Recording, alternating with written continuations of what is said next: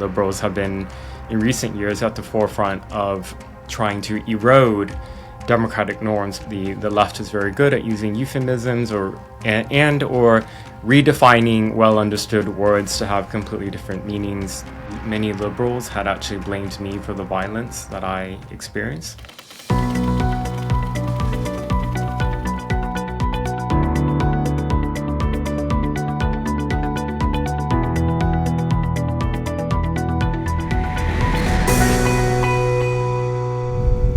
Hello and welcome to the 8th episode of the Brussels Signal podcast, and it is my absolute pleasure to welcome Andy Ngo. Andy Ngo is a writer, a journalist, a content creator. He's senior editor at the Post-Millennial, and I'm happy to say also a very good friend of mine. He has written a book titled Unmasked, Inside Antifa's Radical Plan to Destroy Democracy, that came out in 2021. And I think it is fair to say, Andy, that you were one of the first journalists who really looked particularly on the West Coast into what Antifa is doing, kind of their methods, and you yourself literally fell victim to their brutal methods. I think you spent some time at the hospital, you were viciously attacked, so you did not just report about them, you were directly involved in a very negative way with them as well. If you look back at kind of your own experience and how things have developed, you then moved from the United States, you live now in the United Kingdom, so you kind of are between, let's say, two places. You see both sides of Western civilization, on Anglo-Saxon civilization. Now, if you reflect back on what happened since 2021, do you feel that there is a sea change? We see now that conservative movements in continental Europe, Nigel Farage in the United Kingdom, that they gain traction. Do you think that Antifa and the woke worldview is declining, that they are less attractive, that people are no longer kind of as forcefully pushing for the agenda in the past? Or is this just a calm before a new storm? So the beat on my journalism is broadly on far-left extremism, primarily in the United States, but as I've relocated to the United Kingdom and travel often to continental Europe, I've researched a bit into how Antifa and far-left movements manifest in Europe as well. And broadly, the radical left mobilize generally in opposition to something. That's how they're able to get their so-called comrades and supporters excited about a particular cause. It's usually not in support of anything, it's in opposition to something else. And so in America, there were, going back to 2016, we can go back further, but let's just focus on the last decade. There were two big moments that act as huge recruitment opportunities for the violent far left. There was the campaign of the first presidential campaign of Donald Trump in 2015, and then his election in 2016. And then in 2020, the death of George Floyd in Minnesota, which also then became a worldwide movement.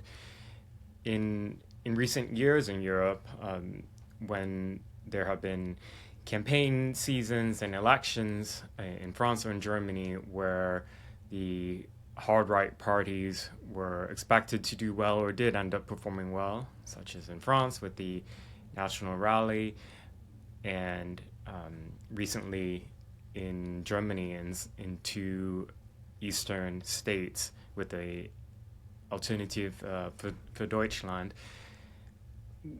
there have been Antifa mobilization against those parties as well. And we see this axis that allies that developed in opposition to the right. You have on the ground violent extremists who are militants, and they might call themselves anti-fascists or they might call themselves something else. The name doesn't really matter. But they have legitimacy through their allies in the liberal establishment. So academe, journalists, politicians, governments as well, who legitimize the extremism of the far left. So in the United States, after George Floyd died, and this happened during a Trump presidency, it became very convenient that in opposition to Trump, the death of George Floyd could be exploited by Democrats in opposition to Donald Trump. And in jurisdictions where Democrats had power, those who otherwise would have been able to send in the National Guard or to empower local police to stop some of the political violence that was happening in the form of nightly riots.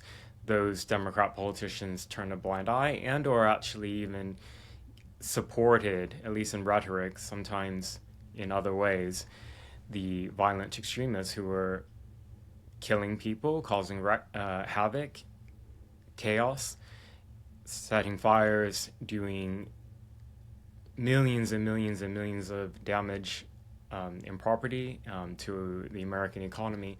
All of that was allowed because the Democrats were sympathetic to the particular cause. I see something similar happening in the European continent as well. But the political context is different and the government systems are different, and the laws are different. So in places like in the United Kingdom where I'm at now, there is no equivalent of the First Amendment. So you can have a crackdown on essentially dissent. I'm speaking to you a number of weeks after protests that turned violent in particularly northern towns in England and in various working class areas where predominantly white English people protested. Some of them rioted and became violent against years and years of a number of grievances that have manifested. It's not just about mass migration. It's not just about radical Islam. It's not just about terrorist attacks. It's also about grooming gangs. It's about economic deprivations. It's about how they have not been able to enjoy the fruits of the increased GDP that happens every year in the UK, in part because of mass migration. And so under the Labour government, the full force of the law enforcement has been used to, I would argue, violently shut down the protests. I've been on the ground. You see one of the accusations that came out is two-tier policing, in that when Muslims riot, and some of them did just a few weeks before the white people rioted, you didn't see Keir Starmer call these people thugs when migrants and or Muslim communities rioted. You didn't see police departments bring out their dog support team to sick the dogs onto people to stop them in the streets, whereas every tool was used against the people who were deemed far-right thugs. And so lots of issues here I'm bringing up to, I guess, to summarize a little bit. Across the West, there's in different spheres of influence in media, in government, in academia, in activists. It's as if that they are very unified in their opposition to the right, whatever the right may be, and they use their power very effectively to counter the right, sometimes through support and or the use of political violence. None of them seem to really see a problem with when people on the left go too far.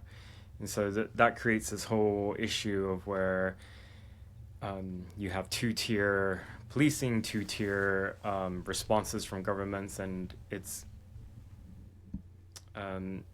people to go online and they try to voice these views. Fortunately, in the U.S., we can do that. What I see happening in Germany and other European countries is that we're seeing, I think, an emergence of a liberal tyranny, in that under what is espoused to be liberal values, the state cracking down on freedom of expression. I'm reading some of these headlines about things happening in Germany, such as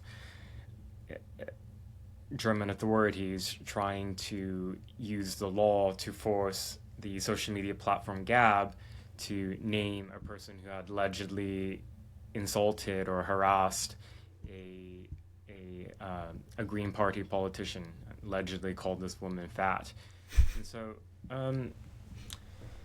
yeah, it's like people who are deemed on the right, seems like they don't really have a lot of avenues to actually protest. When they're protested, they're met with state violence.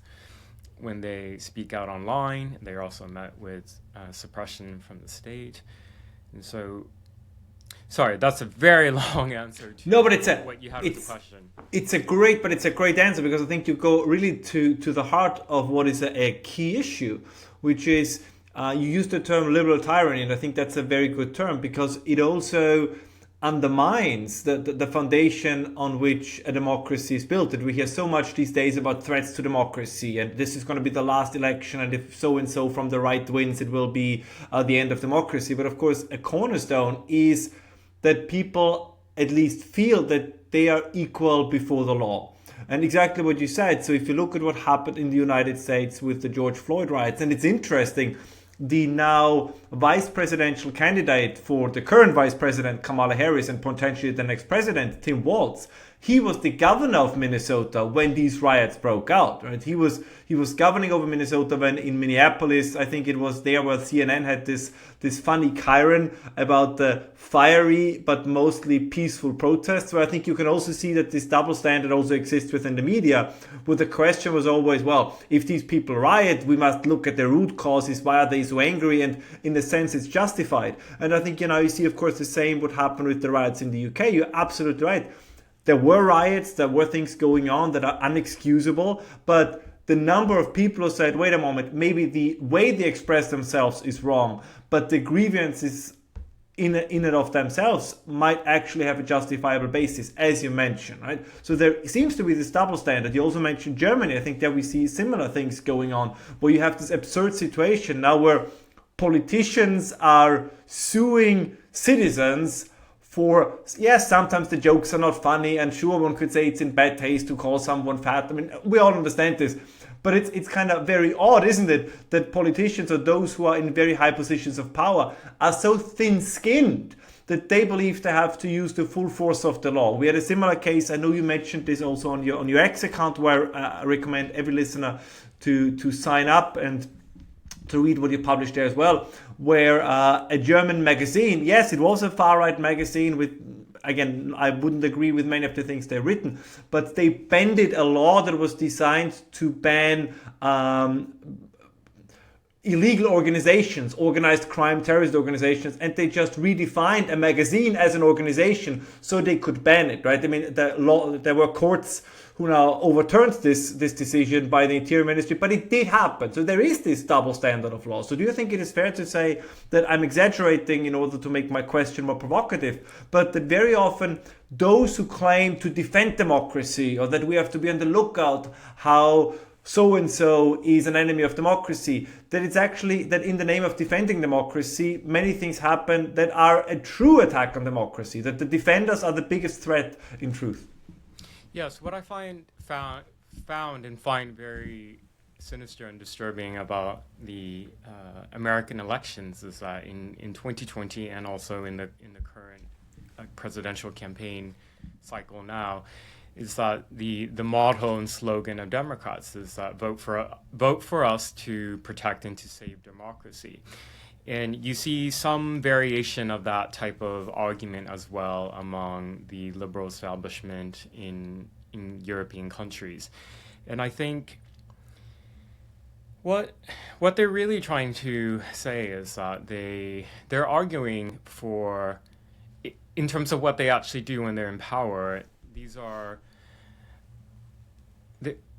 they govern as liberal technocratic tyrants. And they should stop pretending that this has anything to do about democracy. I mean, liberals have been, in recent years, at the forefront of trying to erode democratic norms, particularly around speech. There's been a newly resurfaced video of the last time Kamala Harris campaigned for president in 2019 and 2020. She was lamenting that there wasn't an ability for the U.S. government at that time to regulate platforms like Twitter and she was lamenting particularly because at that point Donald Trump was still on Twitter, and then in 2020 she had actually wrote a letter and pressured Jack Dorsey. She was one among many liberals who did that, to pressure Jack Dorsey to ban Trump, and Twitter and other social media platforms did. So these so-called liberals should stop pretending that they're trying to preserve civil rights or anything like that. In fact, what they're not willing to say, and I think the real issue is that they don't trust their citizenry they don't respect the decisions that their citizens may make. And so, but they couch their anti-liberal views as if it's about saving democracy. And this is, this goes to another issue that I write about often, is that the left is very good at using euphemisms or redefining well-understood words to have completely different meanings. The woke do this a lot, particularly with things around gender and violence and how they use that word. And so I'll go on another 10-minute tangent if I keep talking. So I'll stop right there. Well, then just let me push a little further. If we would try to kind of compartmentalize the different actors that are involved in this. I tried it myself at home because I saw a video and it does indeed work. Right? You can ask Amazon's Alexa, of which I'm hugely actually quite a fan of. You can ask, why should I vote for Donald Trump? And the answer you get is, I cannot give you political advice. That's not what she's doing. But then if you ask, why should I vote for Kamala Harris? Then it actually gives you a fairly elaborate answer. We saw also with AI, right? When you wrote certain questions on ChatGPT, you got quite left-leaning, left-biased answers. And of course, I would generally say, if you have to ask the device that turns on your lights, whom you should vote for, you probably should not vote in the first place. But nonetheless, it's interesting. It's not even subtle anymore. That's something that I guess the right has always been suspicious of, and that doesn't mean that the right has always been correct on everything they were saying or in all their beliefs. But one thing they were suspicious of, that there is in the institutions that that have a huge influence on daily aspects of our life. TV shows, movies, now apparently also artificial intelligence-powered devices, that they have a left-leaning tendency, and that turns out to be correct. So do you think that it's not just about winning elections, it's not just about changing governments? There's also a huge front on the cultural side by, what would be the right-wing version of Amazon, the right-wing version of the Washington Post, and do you think that the right in its broadest sense, or the non-woke parts of society, do you think they do enough to also try to regain a foothold in these areas of life? So I'm often very critical of other journalists, particularly when they're part of legacy liberal media, with the exception of a few institutions in the United States. Most countries on the world, legacy media has a liberal bias, and that has a cascading effect on how, obviously, what information people see when they Google, what they read from the newspapers that they're familiar with. And I've unfortunately, like many conservative figures, have been on the receiving end of how the biased information that is published in. But if I just talk, but would you define yourself as a conservative?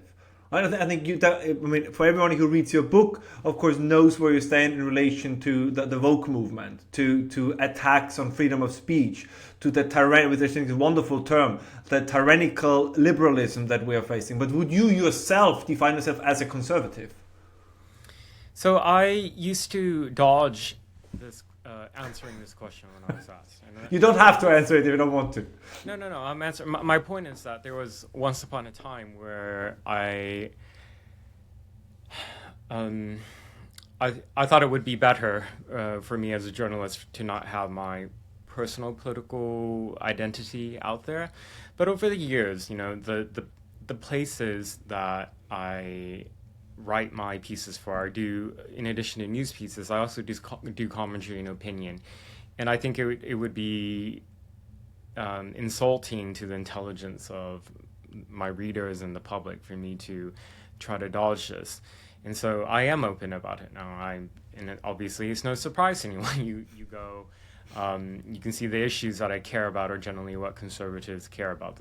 The reporting issues that I do comes from a worldview of that I would say is center right and or conservative. There's a reason why I care a lot about exposing revolutionary, radical extremist movements, because I believe preserving tradition can be very important, actually, and is often overlooked by a lot of young people.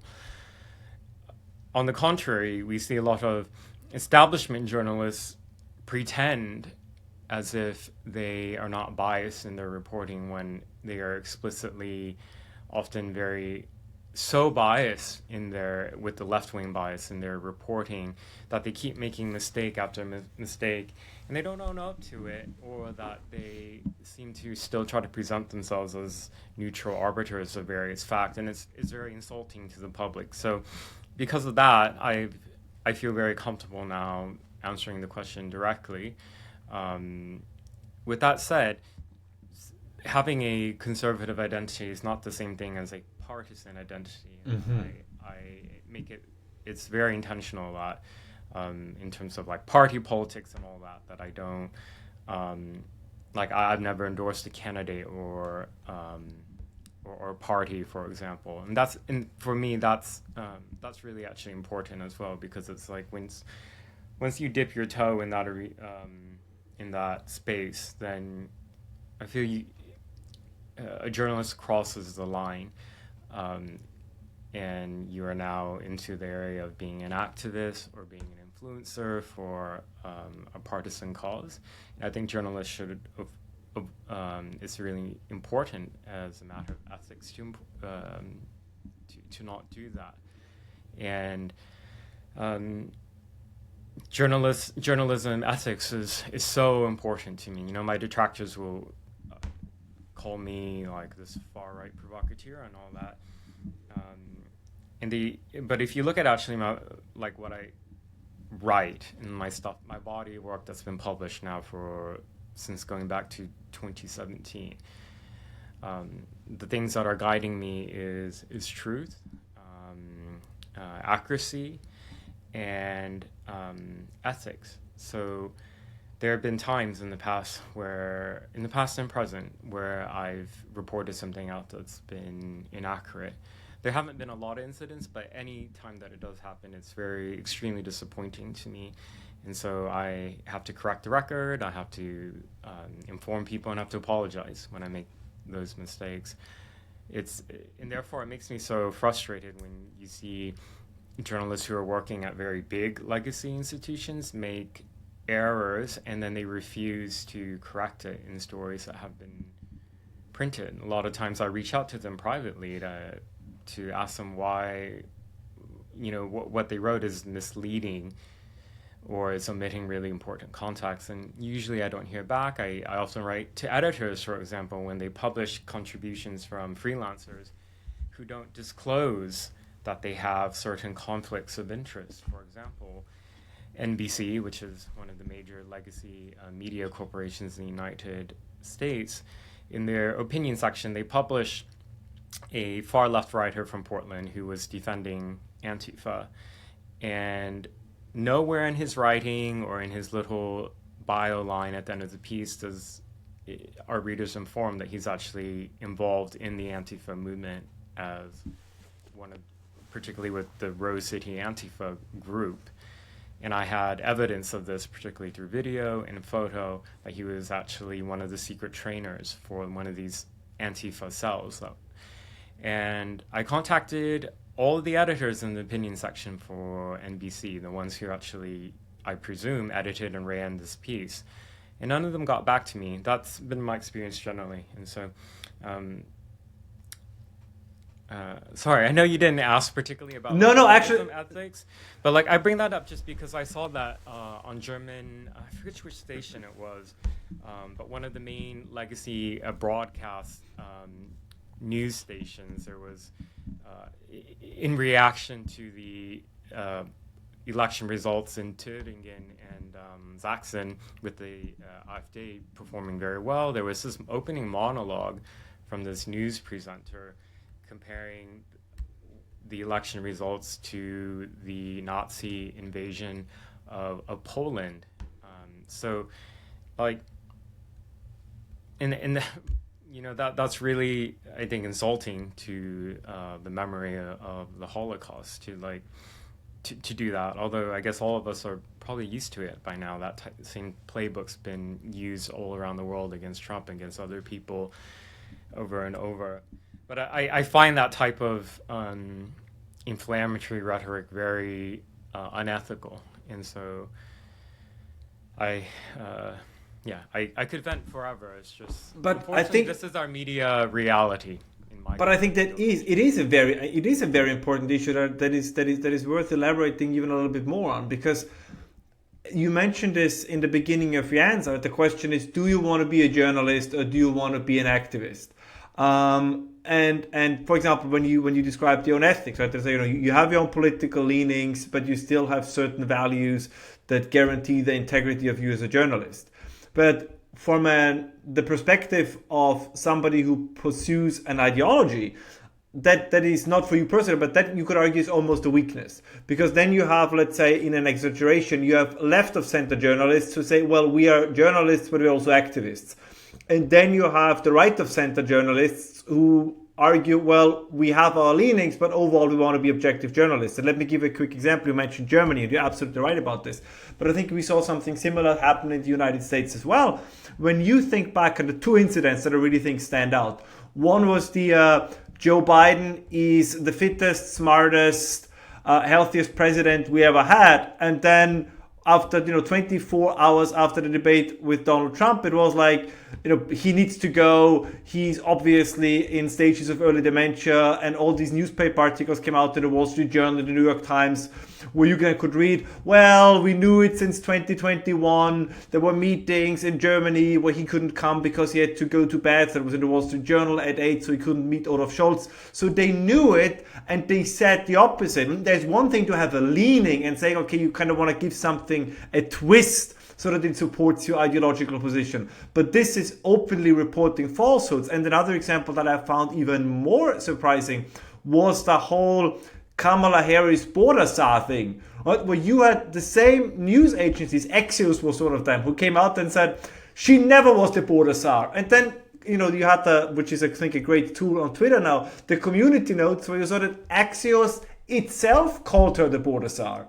So I understand if journalists have a leaning, and I will never look in a Maureen Dowd column for a defense of Republicans, because I understand where she's coming from. But one would still hope that even a left-leaning journalist says, I want to see the left in the most positive light, but I would never outright try to gaslight or, in the worst case, even lie to my audience. Or as you said in Germany, I mean, and by the way, just also important for the viewers, the journalist you mentioned, that is a public broadcaster, right? So this is somebody who is financed by money from the public, and they go out and say that in Thuringia, for example, 33% of the people who voted for the AfD are the same kind of people that are responsible for the invasion of Poland 85 years ago. I mean, this is not just exaggeration for dramatic effect. I mean, this I think in many cases, this is, as you say, it's either belittling the actual memory and insulting the actual memory of the Holocaust. And in the American case, it is openly lying to the public. So do you think,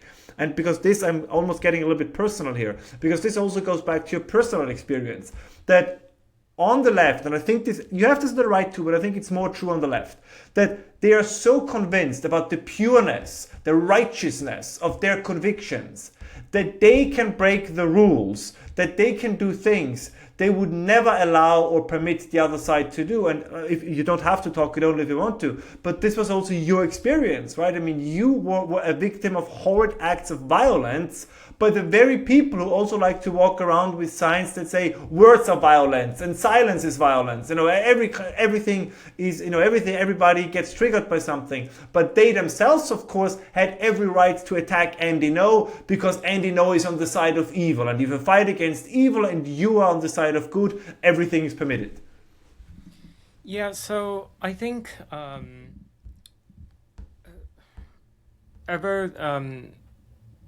since the end of the Second World War, the Western countries have understood who is evil in the Second World War. But in the decades that continued as history went on, people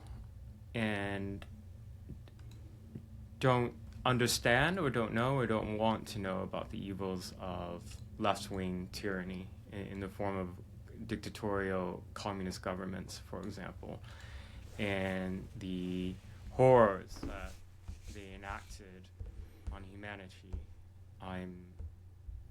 My parents lived through a communist revolution. They, like many people from around the world who fled communist regimes or suffered at the hands of it, ended up in the United States as refugees.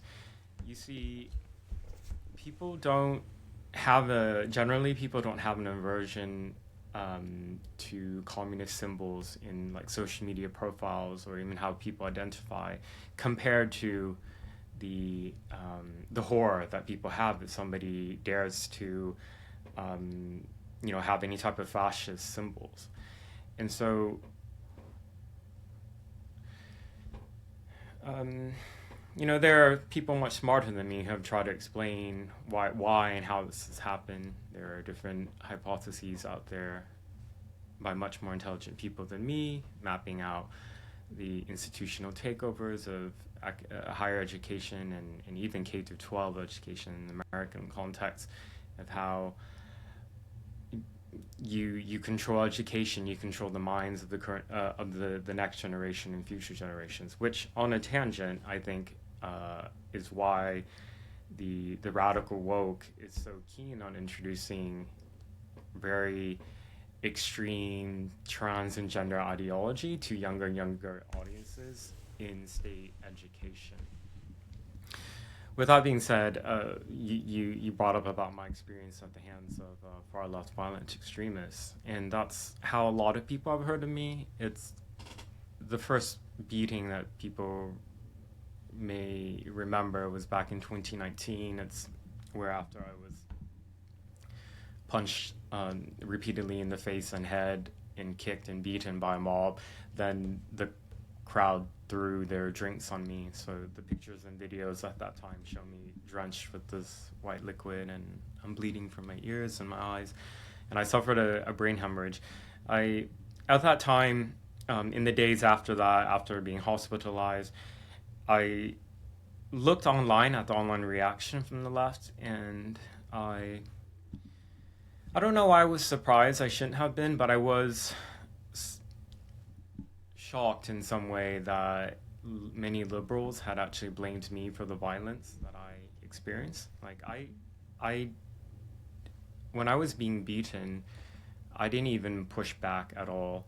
It was mostly because I was in shock. I didn't even really kind of realize what was happening when you're being hit in every direction, and it's difficult to see. You just see a whole, mobs of people dressed in black. I was surprised that even though part of that was caught on video, the response from those in so-called liberal organizations and liberal medias framed me as the agitator, that I had somehow brought that type of violence on myself by being there with the camera. And many left-wing journalists were espoused that type of view. I shouldn't have been surprised to see that, although I was. I think I really thought that they would have a bit more humanity. I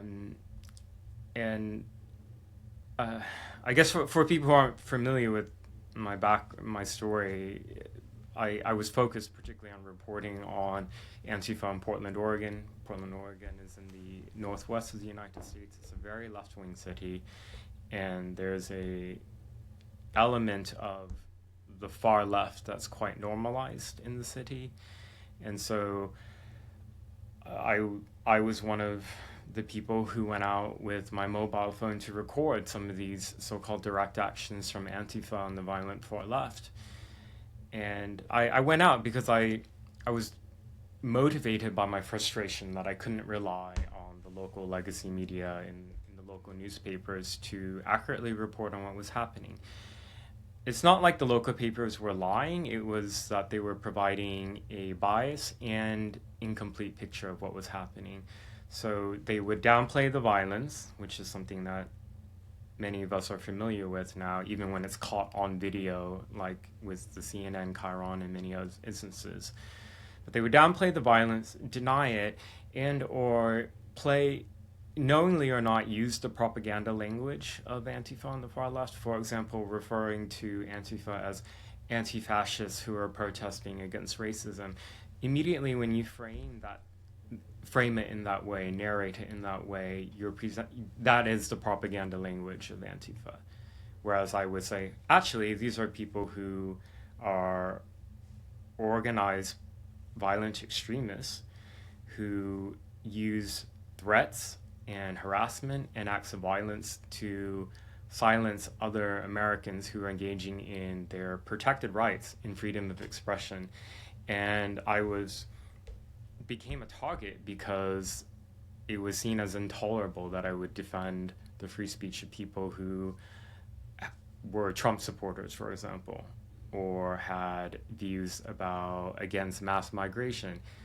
And even though I, at that time, didn't express my own views on those topics, what I was trying to stick to, and I thought as somebody who worked in media that this is a principle you should have at the forefront, is that you need to make sure that people's civil rights aren't violated. And Antifa are quite open that they have the illiberal agenda in that they find speech is dangerous and that it needs to be curtailed, the wrong type of speech, curtailed through the use of violence when needed, and even killing if it needs to come to that. And what disturbs me then and disturbs me now is how that type of extremism is given legitimacy by those who have a mandate to actually protect civil liberties. Politicians, of course, many of them take an oath to the American Constitution. Journalist organizations and media institutions are meant to protect freedom of the press. And when journalists have been beaten or robbed or threatened or harassed by Antifa whilst covering them in public, none of these organizations will come out to defend these journalists at best, and oftentimes they will write hit pieces about us.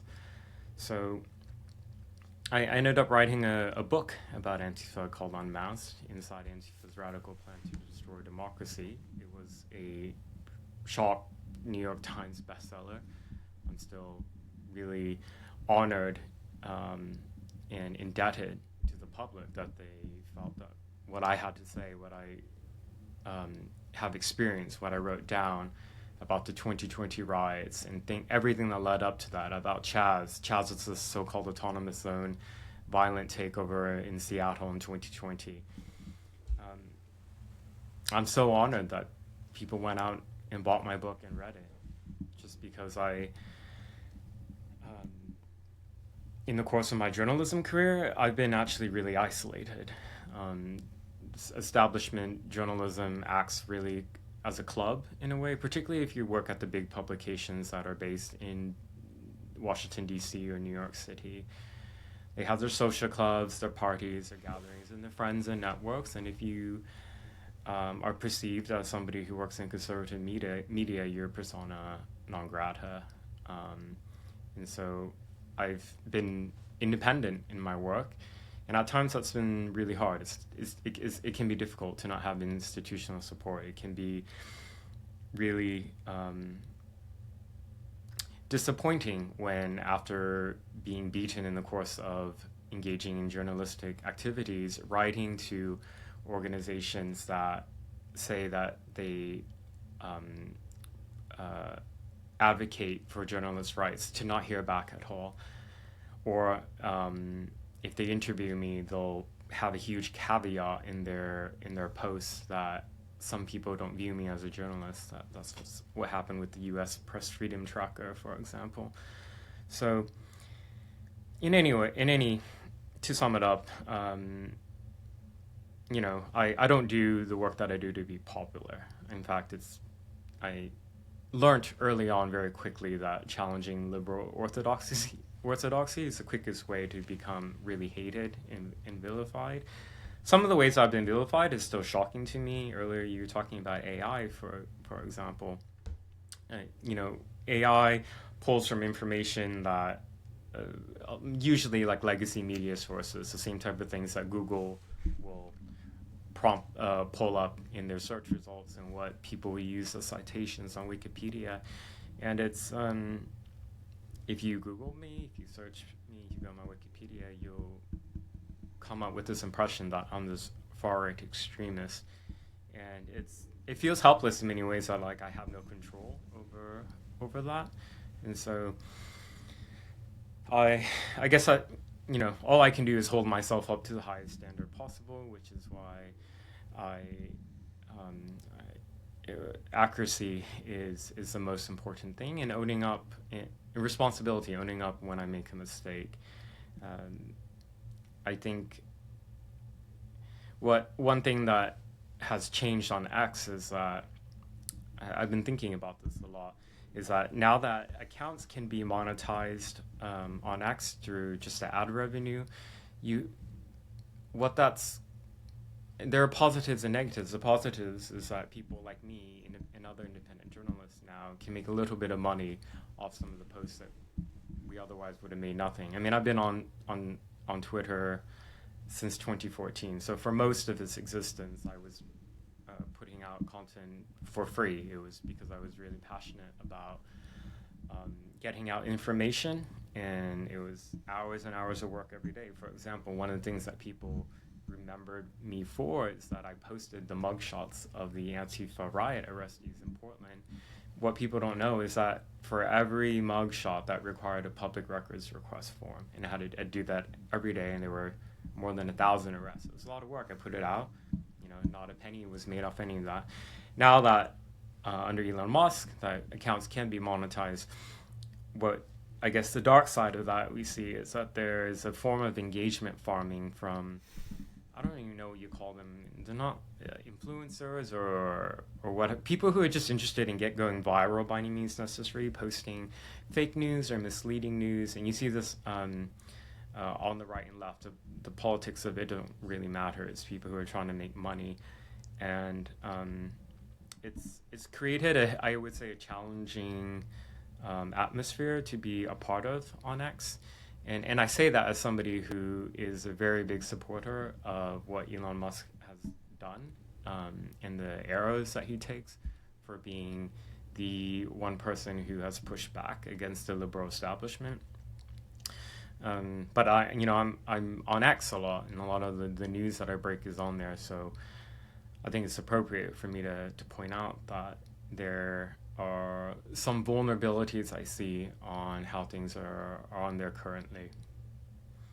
I do believe you make a very good point here, and we have been quite critical of the left, but I think you point in the very correct direction, which is that, particularly what you mentioned on X, there seems to be a trend as well on the political right, or on some, let's call them influencers or prominent figures on the right, who within the last 12 to 18 months in many areas have taken positions where I would say we don't have to go into any specific names, but have taken positions where I sense that they do know better. But exactly as you just said, the more eyes that gets to the content, the more beneficial it is financially. And that is I agree with you. I think that is it's a mixture. I guess on the one hand, it's a negative trend for the obvious reasons that you mentioned, but the other one is that you can, of course, then I guess tell yourself, if you would be in the position of those people, that for years, and that's understanding but not approving, for years, as we also discussed today,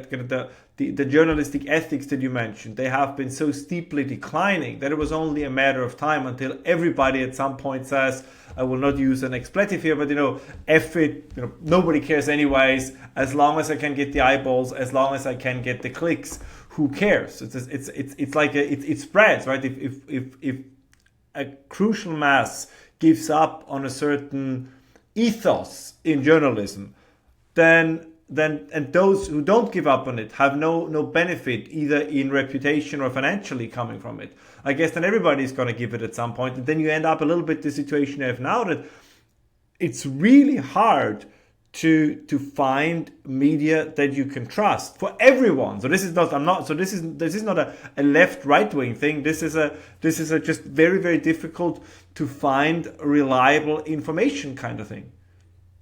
Yeah, and on X, it's really social media generally. I shouldn't focus only on X, but social media generally, it's this Wild West, in that I see constantly, because the algorithms are giving me primarily right-wing or more conservative accounts, I see misinfo and disinfo going viral by these accounts every day, and I've pushed back on it as much as I can. It's not right-wing misinfo is not one of my beats, but sometimes if there's things that are really egregious, I'll make a post about how it's false.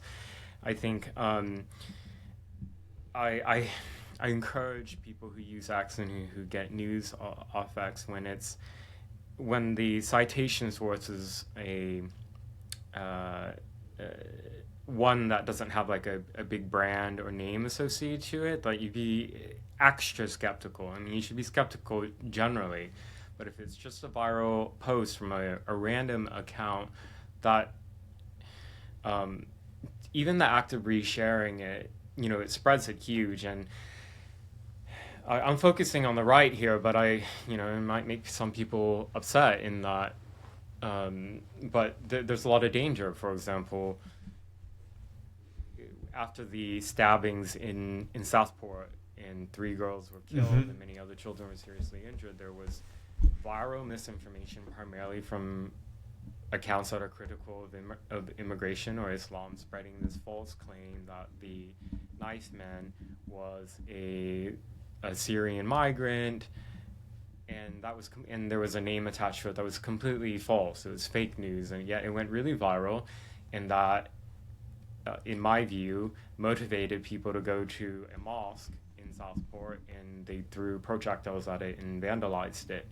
And so, that's kind of like a real life consequence of it. So, with everything I was saying earlier about like being critical of so-called censorship efforts, we do have also then this real life problem of what do you do when misinformation and disinformation can actually lead to real life violence. And sometimes it does happen. I think the amount that happens is overstated by liberals and the left. But it can happen, obviously. And I think the liberals will never admit it, but the whole BLM movement was built off of viral lies. You would have, for example, videos that capture one short moment of some long interaction involving a suspect and law enforcement. And this 5-second clip is shared online with some inflammatory text about racist police and institutionally racist police. And then it fuels people to go out on the street and to riot. Of course, when BLM and leftists do it, liberals don't see that as a problem at all. In fact, many of these politicians were spreading this type of content before. I'm really thankful now that X, the community notes feature, is a very important feature of X now. It wasn't before under Twitter, under the prior ownership. But still, it's like, yes, we live in this world now where misinfo and disinfo is used by bad faith actors. Some of them are even affiliated with various state actors as well, spreading misinformation. A lot of people keep thinking that Russia's only agenda is to empower the right. That's actually false. Back in 2016, there were these really viral BLM associated accounts on social media that spread a lot of misinfo for the cause of BLM, and they were found to be allegedly linked to Russian state actors as well. Nobody really focuses on it when the shoe's on the other foot. So, and in my book, if you read my book, I focus a lot on how Twitter in 2020 was used as one of the main organizing spaces for Antifa and the radical left to riot. They would announce where to go, how to fundraise for it, what tactics to use, like Black Bloc, which is where you wear the mask and you dress all in black, what weapons to bring. And these accounts were not suspended at all for this organizing of violence, incitement of violence. You know, sometimes it's a whack-a-mole game in that you close one, another one comes up, and these networks are really connected with one another. So even if one account goes down, another one can come up, and then that account is shared within these networks, and these posts can go viral again. We saw a little bit of it that being used again with some of the Palestine demonstrations and protests in Western countries recently. And so, you know, there's not really an easy answer to all these issues that I bring up, right? It's like incitement of violence. It's about misinfo and content moderation and all that. But there's one thing I'd like to ask your opinion on, which is incitement to violence. I think everybody would agree that is a legal standard, right? If I go into a park, I stand on a park bench and say, let's go out and kill, you know, whoever, that's incitement. I think that you can get arrested for that. Makes a lot of sense. But in the sure, go on. Yeah. So a lot of people actually misunderstand what the standard is for, like criminal harassment or criminal terroristic threat in the United States. Mm-hmm. It does vary from jurisdiction to jurisdiction, but broadly, because of the protections of the First Amendment, incitement to violence is, depending on how you understand it, actually protected as part of free speech, which is why, for example, BLM and Antifa groups can, in the open, individuals not under monikers or aliases, say things like kill cops, kill police, kill Andy Ngo. They say all this and they make these posts all the time. So I've reported it many times to law enforcement, and it doesn't, according to the Portland police and according to the prosecutor in Portland, doesn't rise up to the level of criminality. In the United States, generally, for a threat to reach the criminal level, it has to be imminent and as well as likely to happen.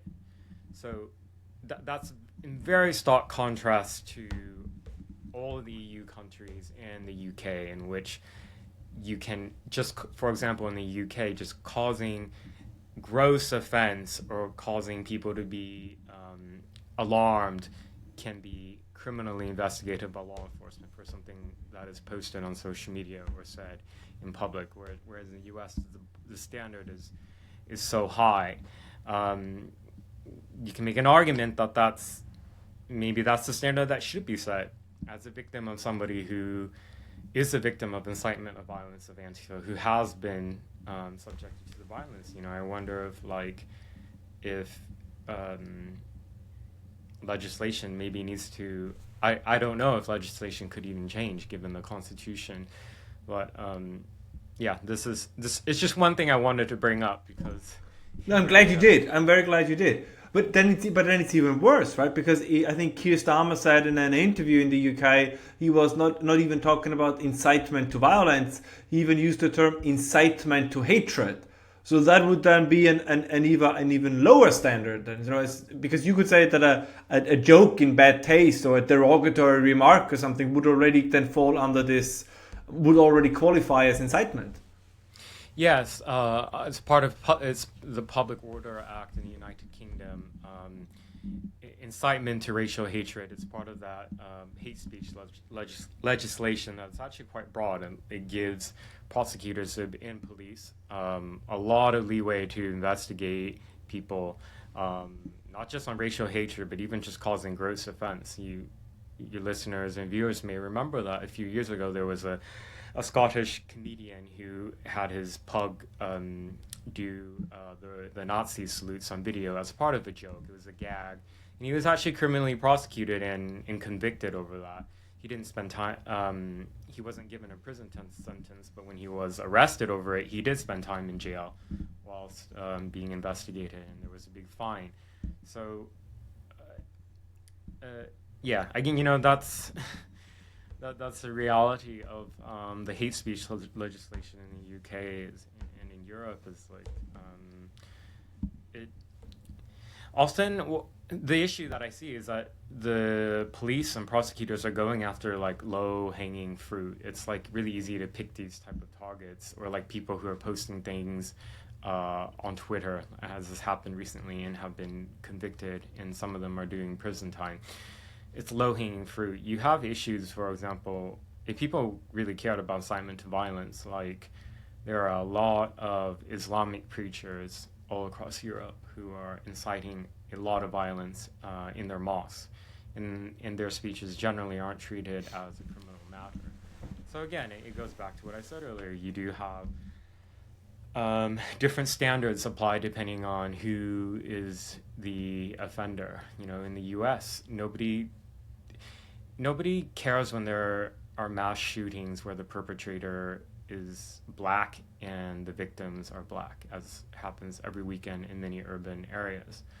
But if there's a white shooter, and if he has a political ideology that is deemed right-wing, then that is a existential threat and receives wall-to-wall coverage. So, people, the public notices this. We live in societies where we want things to be fair, and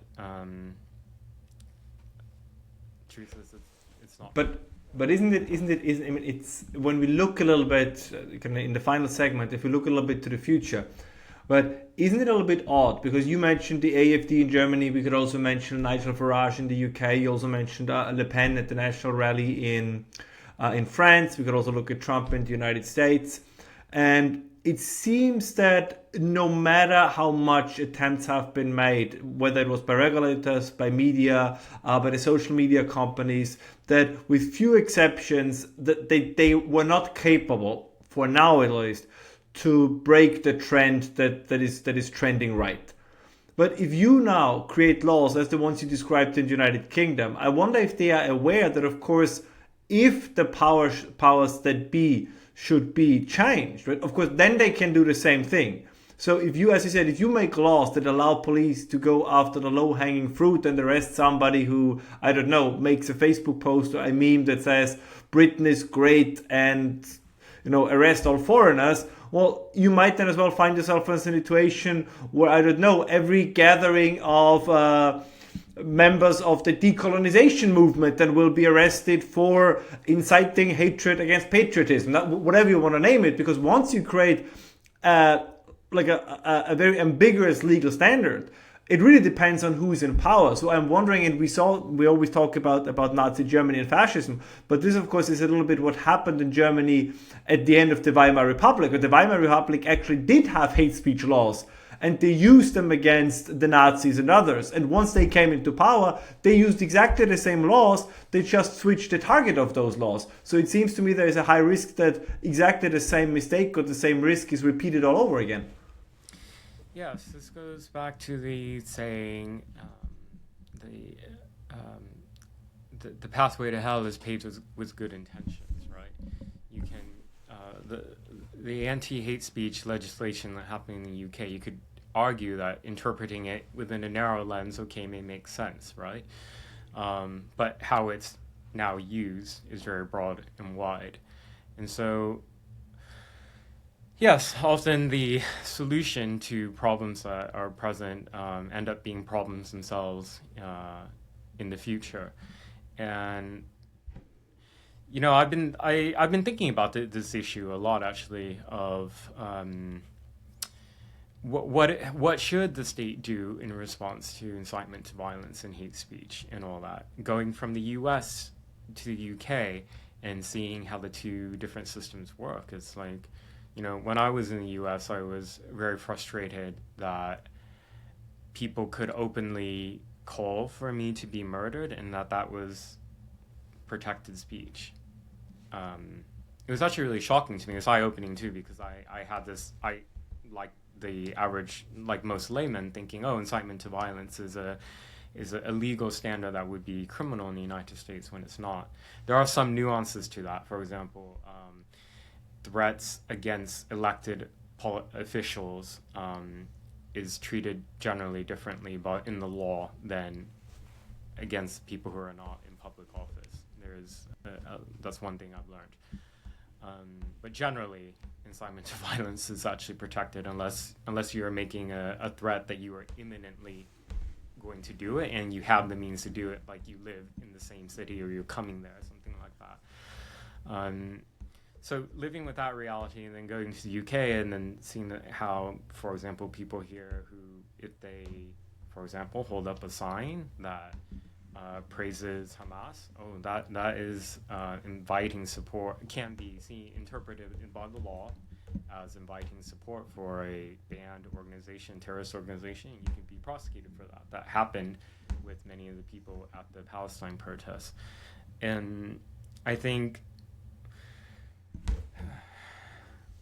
what's the answer? What's the solution? I think it's, as you said, it's that power changes hands, and who uses power in a virtuous way now, a different authority in the future may use the same methods for evil. So perhaps with that in mind, we need to go on the side of what I would argue is the American way, which is very robust freedom of expression. Unfortunately, in the U.S., one thing, I guess what I'll end on is that even though the First Amendment provides the most robust freedom of expression protections of any society, any country in the world, what I've noticed is that there's been an erosion of that as a norm in the culture and society. And the danger in that is with that is laws that don't have a legitimacy in the eyes of the citizenry will be challenged and can be changed. I mean, in the U.S., changing something in the Constitution is extremely difficult to do, fortunately, but it's not impossible. And so you see now more and more liberals looking to legislation in Europe and really envying that.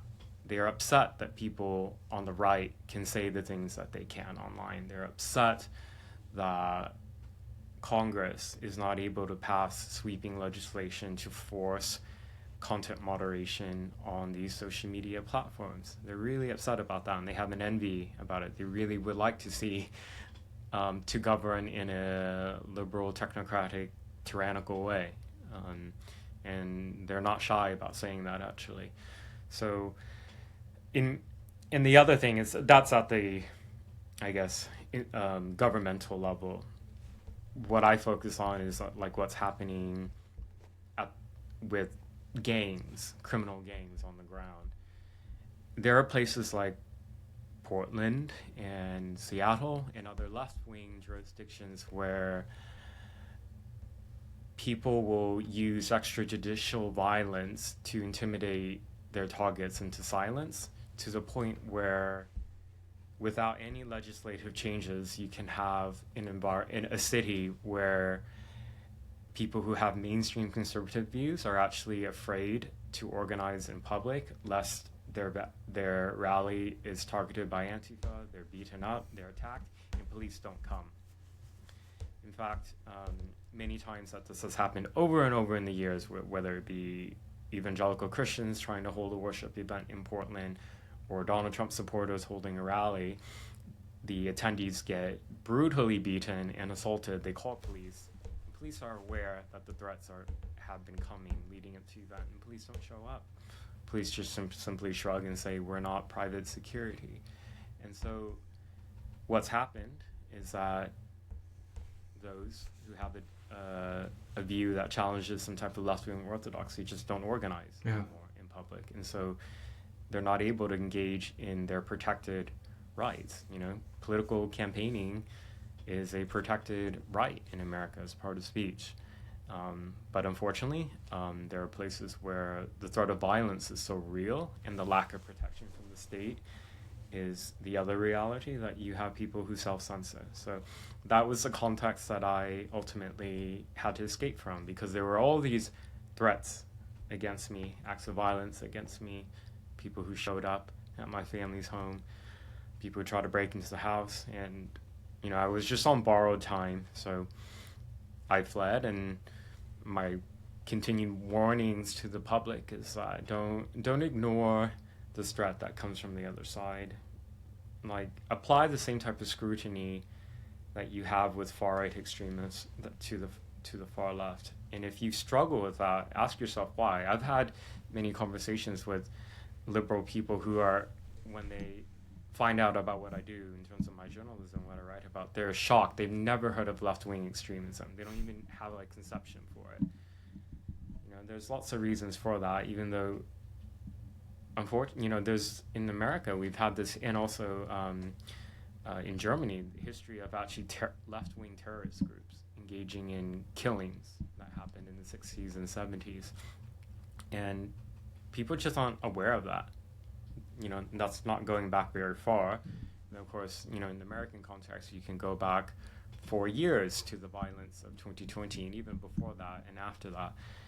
And people shrug and don't see it as a problem. So it's there are all these failures coming from media, from politicians, from institutions, and I hope that my work plays some little part in countering that. Well, last question. Presidential elections in the fall. Do you think the results will matter for the future of free speech? Oh, yes, absolutely, of course. I think Kamala Harris, even more so than Biden, leans into this tyranny of the technocrats, or tyranny of the liberals. And you can see it in the people that she has around her, who's involved in her campaign currently, are people who argue for more censorship online and more silencing of American voices that they disagree with. Whereas Trump has campaigned on a free speech matter, campaign on free speech as an issue that he cares about, and he has the support of Elon Musk, who understands this very well in terms of the tech space and the social media space and the pressures that they face from different governments around the world. I think legislatively, even under a Harris and Walz presidency, they won't be able to do much in terms of limiting people's speech. But it would be part of that mainstreaming of the erosion of freedom of expression as sort of a value. And so that's my concern, that she would further push the United States in a direction of viewing the First Amendment as giving too much freedom to the public. On that note, Andy Ngo, thank you so much for your time. I recommend everyone to get Andy's book. It was a New York Times bestseller. The title is Unmasked: Inside Antifa's Radical Plan to Destroy Democracy. You can get it as a Kindle book. There is an audiobook, hardcover, paperback, so there is no excuse for anybody not to get it. Also, check out his work on X. You can find him under Andy, A-N-D-Y, no, N-G-O. It's easy to find, easy to remember. Andy, thank you so much for coming on. Yes, I see. One correction. Yes, please. My X handle is actually at Mr. Andy Ngo. Okay, see, the titles are important. Mr. Andy Ngo. Thank you so much, Andy. I'm looking forward to talk again very soon. My pleasure.